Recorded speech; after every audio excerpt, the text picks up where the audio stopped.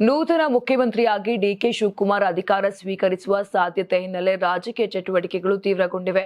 ಸಂಭಾವ್ಯ ಸಚಿವರ ಪಟ್ಟಿಯೊಂದಿಗೆ ಡಿಕೆ ಶಿವಕುಮಾರ್ ದೆಹಲಿಗೆ ತೆರಳಿದ್ದು ಹೈಕಮಾಂಡ್ ಅನುಮೋದನೆ ಪಡೆದು ಸಂಪುಟ ರಚನೆಗೆ ಮುಂದಾಗಲಿದ್ದಾರೆ ಎಂದು ಮೂಲಗಳು ತಿಳಿಸಿವೆ. ಇತ್ತ ಮಾಜಿ ಮುಖ್ಯಮಂತ್ರಿ ಸಿದ್ದರಾಮಯ್ಯ ಅವರು ತಮ್ಮ ಬೆಂಬಲಿಗರಿಗೆ ಸಚಿವ ಸ್ಥಾನ ದೊರಕಿಸಲು ತಂತ್ರಗಾರಿಕೆಯಲ್ಲಿ ತೊಡಗಿದ್ದಾರೆಂಬ ಮಾಹಿತಿ ಹೊರಬಿದ್ದಿದೆ. ವಿಶೇಷವಾಗಿ ಮೂವರಿಗೆ ಡಿಸಿಎಂ ಹುದ್ದೆಗಳನ್ನು ನೀಡುವಂತೆ ಅವರು ಹೈಕಮಾಂಡ್ ಮುಂದೆ ಪಟ್ಟು ಹಿಡಿದಿದ್ದಾರೆ ಅಂತ ವರದಿಯಾಗಿದೆ.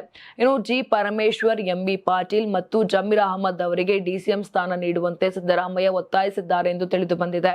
ಸಚಿವ ಸಂಪುಟ ರಚನೆಗೆ ಸಂಬಂಧಪಟ್ಟ ಅಂತಿಮ ತೀರ್ಮಾನ ಕೈಗೊಳ್ಳಲು ಡಿಕೆ ಶಿವಕುಮಾರ್ ಮತ್ತು ಸಿದ್ದರಾಮಯ್ಯ ದೆಹಲಿಯಲ್ಲಿ ಹೈಕಮಾಂಡ್ ನಾಯಕರನ್ನ ಭೇಟಿಯಾಗಿದ್ದಾರೆ. ಮೊದಲ ಹಂತದಲ್ಲಿ 10 ರಿಂದ 12 ಸಚಿವರ ಪಟ್ಟಿಯನ್ನ ಕೆಸಿ ವೇಣುಗೋಪಾಲ್ ಮತ್ತು ರಣದೀಪ್ ಸಿಂಗ್ ಸುರ್ಜೇವಾಲಾ ಅವರಿಗೆ ಸಲ್ಲಿಸಲಾಗಿದೆ.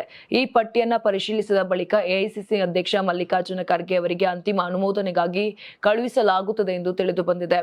ಸಂಭಾವ್ಯ ಸಚಿವರ ಪಟ್ಟಿಯಲ್ಲಿ DK Shivakumar, UT Khader, Satish Jarkiholi, G Parameshwar, Priyank Kharge, Ramalingareddy, doctor Yathindra Siddaramaiah, Byrathi Suresh, KJ George, Krishna Byregowda, MB Patil ಹಾಗೂ ಈಶ್ವರ ಖಂಡ್ರೆ ಅವರ ಹೆಸರುಗಳು ಸೇರಿವೆ ಎಂದು ಮೂಲಗಳು ಹೇಳಿವೆ.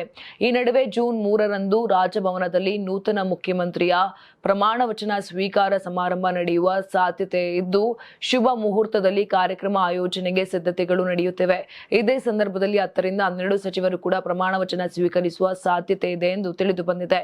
ಹೈಕಮಾಂಡ್ ಅಂತಿಮ ತೀರ್ಮಾನ ನಂತರವೇ ಸಂಪುಟ ರಚನೆ ಮತ್ತು ಸಚಿವರ ಹಂಚಿಕೆ ಸ್ಪಷ್ಟವಾಗಲಿದೆ ಎಂದು ಹೇಳಲಾಗುತ್ತಿದೆ.